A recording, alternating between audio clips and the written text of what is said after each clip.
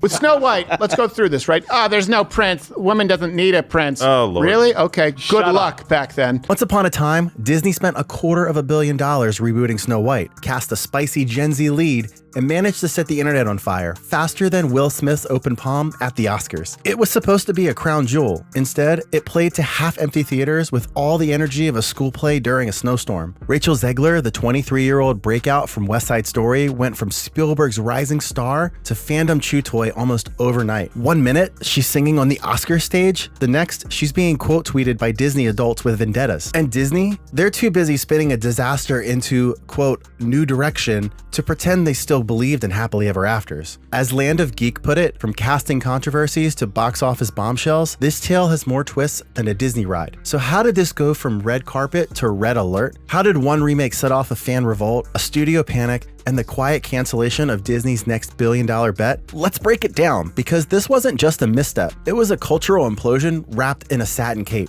Disney thought Snow White was a guaranteed win, a glossy reboot of a legacy IP, 2 A-list leads, IMAX screenings, and a brand that prints nostalgia like cash. Instead, it opened with a thud, a $250 million gamble that couldn't even pull $43 million on an opening weekend. That's not a hit. That's a big-budget eulogy with popcorn. This wasn't some experimental art film. This was supposed to be the live-action tentpole, and yet it face-planted harder than Mobius on its second re-release. And that at least had some memes on its side. The internet didn't just notice, it threw a digital funeral. Memes, rants, TikToks, YouTubers dissecting it like it was the next Taylor Swift breakup Easter egg. And right in the center of the chaos, Rachel Zegler, wearing the biggest target in Hollywood. Then came the receipts. One viral post showed a Saturday night IMAX screening in Tyson's Corner, one of the busiest theaters in the DC area. Total tickets sold, 0. Chrissy Marr posted the now infamous screenshot with the caption, quote, not good. Yeah, that's the understatement of the year. Another photo showed 5 scattered souls in a massive auditorium looking like they'd been sentenced to cinematic purgatory. It wasn't giving family movie night. It was giving jury duty, but make it Dolby. But this wasn't just a bad weekend. This was the kind of failure that you build a case study around. And the backlash, it was only just beginning. And as the numbers kept tanking, the internet zeroed in on Rachel Zegler like she'd personally rewritten the ending of the Brothers Grimm version, and forgot to warn anyone. One of the most brutal moments, reports surfaced that she had to watch her own movie in a nearly empty theater. No fans, no applause, just her, a few loyal friends, and the echo of Disney's most expensive misfire bouncing off the walls. Even discounted tickets couldn't fix the vibes. She tried to laugh it off, gave herself a little clap as the film started, but it felt less like a premiere and more like a group project presentation you didn't rehearse. Then came the seating charts. Screenshots started flooding social media. Empty theaters coast to coast. One person joked that someone should start a GoFundMe for Disney. Another called it the most expensive group therapy session ever filmed. And the jokes? They stopped being jokes fast. It wasn't just this movie flopped. It became Rachel Zegler is why no one showed up. Critics labeled her as arrogant, out of touch, a walking PR hazard. She wasn't just the star of the film, she was becoming the symbol of everything fans thought went wrong. And just when it seemed like the dragon couldn't get any deeper, Joe Rogan entered the chat, because of course he did. Now, Joe Rogan didn't name names, but come on, we all knew exactly who he meant. On a recent episode of his podcast, he and comedian Kurt Metzger went in on Disney's Snow White like it personally insulted their childhoods. First up, the budget. Rogan nearly had a stroke when he heard the number. They spent what on that movie? He said. They should have hired someone to wave a magic wand and tell them no. But the real sting came next. Rogan pointed out that Disney handed a legacy-defining franchise to a 23-year-old. Looking at this movie.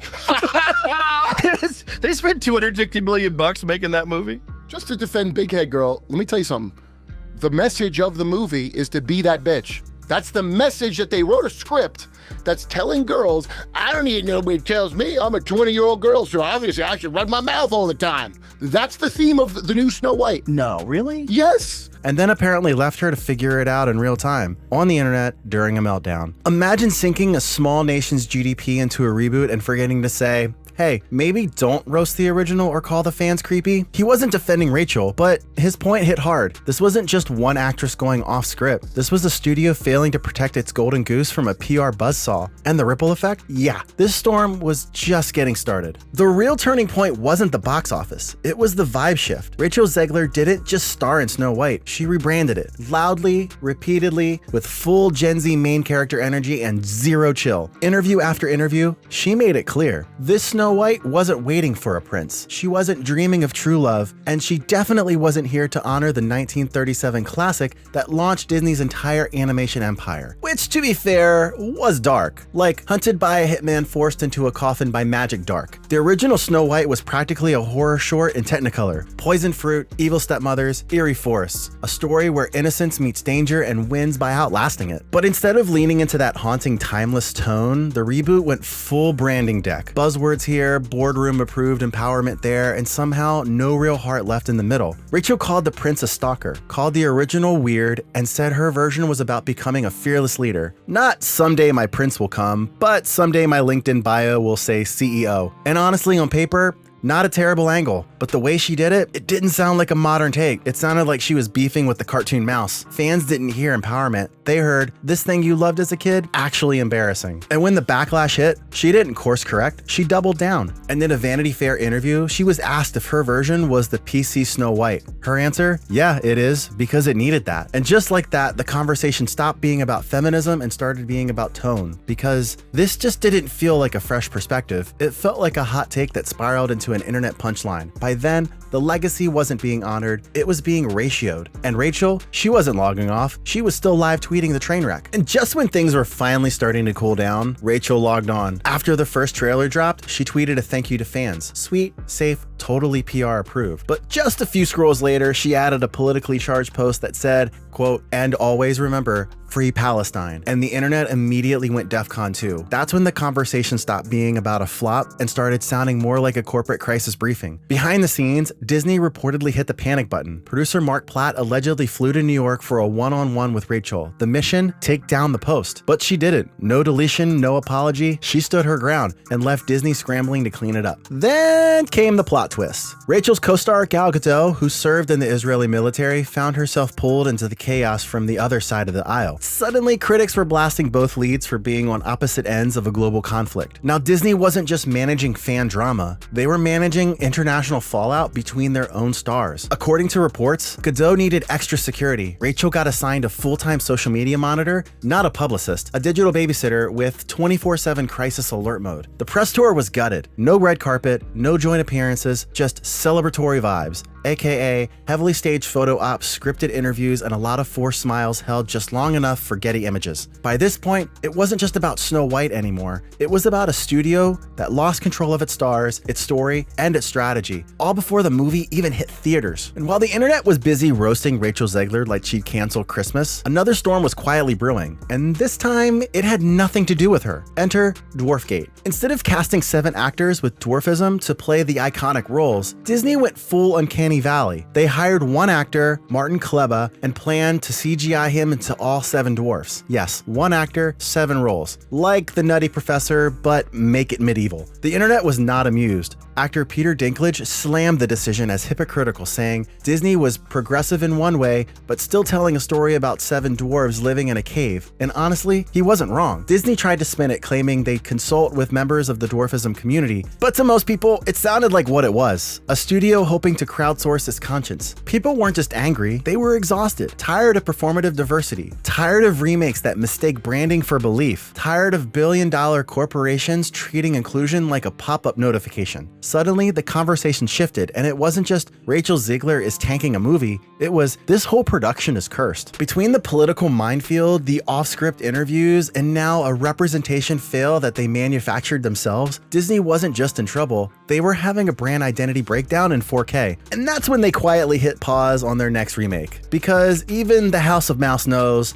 when the castle's on fire, you don't go light another match. Just weeks after Snow White bombed spectacularly, Disney quietly hit pause on something big, the live-action remake of Tangled. This was supposed to be the comeback, their next crown jewel, a Rapunzel reboot with the director of The Greatest Showman, a buzzy screenwriter, and all the ingredients for another billion-dollar nostalgia binge. But after Snow White became a headline-generating tire fire, Disney didn't hold a press conference. No, it was a "we're reevaluating the slate" announcement, just a whisper in the trades, paused indefinitely. Translation: we saw what happened, we're not walking into that burning tower barefoot. And honestly, fair. The remake machine has been printing cash Backlash for years. Cinderella, The Jungle Book, Beauty and the Beast. But Snow White cracked the formula wide open. Bloated budgets, corporate messaging, and a fan base that's no longer just nostalgic, they're actively side-eyeing every move. And how bad did it get? As of 2025, Snow White holds the title of the lowest rated major studio film on IMDb. Lower than Cats, lower than Morbius, lower than movies that never made it past a Redbox kiosk. One review called it the cinematic equivalent of a terms and conditions pop-up. Another just said, thanks, I hate it. Now Disney's stuck. Do they double down and hope the next reboot doesn't become a headline? Or do they finally admit that not every animated classic needs a live action filter slapped over it with a motivational TED Talk and a CGI raccoon? Because this was never just about one bad movie. This was a wake-up call.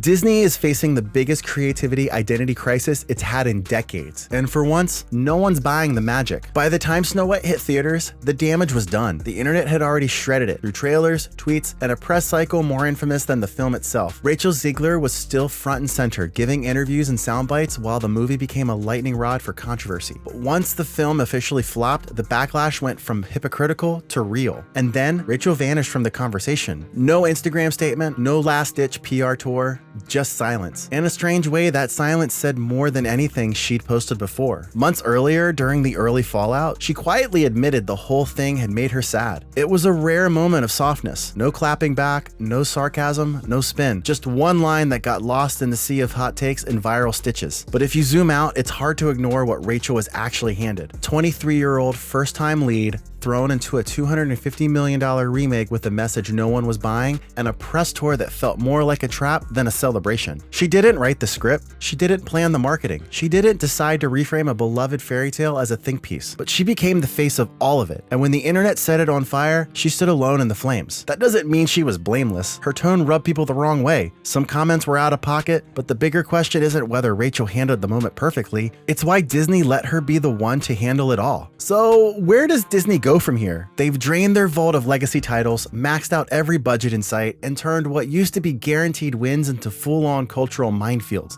And look, this isn't about hating Disney. When they hit, they hit. Avengers Endgame was a cultural event. People dressed up, people cried. Entire theaters cheered when Cap lifted that hammer. The Mandalorian brought Star Wars back from the brink and gave us Baby Yoda, the last thing the internet agreed on. Encanto became a global earworm. Zootopia made kids care about city planning. The parks are still magic, the cruises, floating serotonin factories. So yeah, when Disney gets it right, no one does it better, which is why this whole mess doesn't feel like a flop. It feels like the studio forgot how to be Disney. Snow White wasn't just a stumble, it was a siren, a glowing neon sign that said, hey, maybe the magic's gone. Audiences aren't just asking for updates anymore, they're asking for intentionality, for risk, for storytelling that doesn't feel like it was crowdsourced by a team of interns in a Google Doc titled, What Gen Z Wants. Disney thought it could remix a classic, cast a rising star, and rake in billions. Instead, they got ratioed, dragged, and forced to hit pause on their next big remake before it even made it to wardrobe. The studio that once sold dreams now feels like it's pitching apologies. And whether or not Rachel Zegler deserves all the heat, and let's be real, some of it definitely veered into chaos, one thing's clear. The era of untouchable Disney dominance,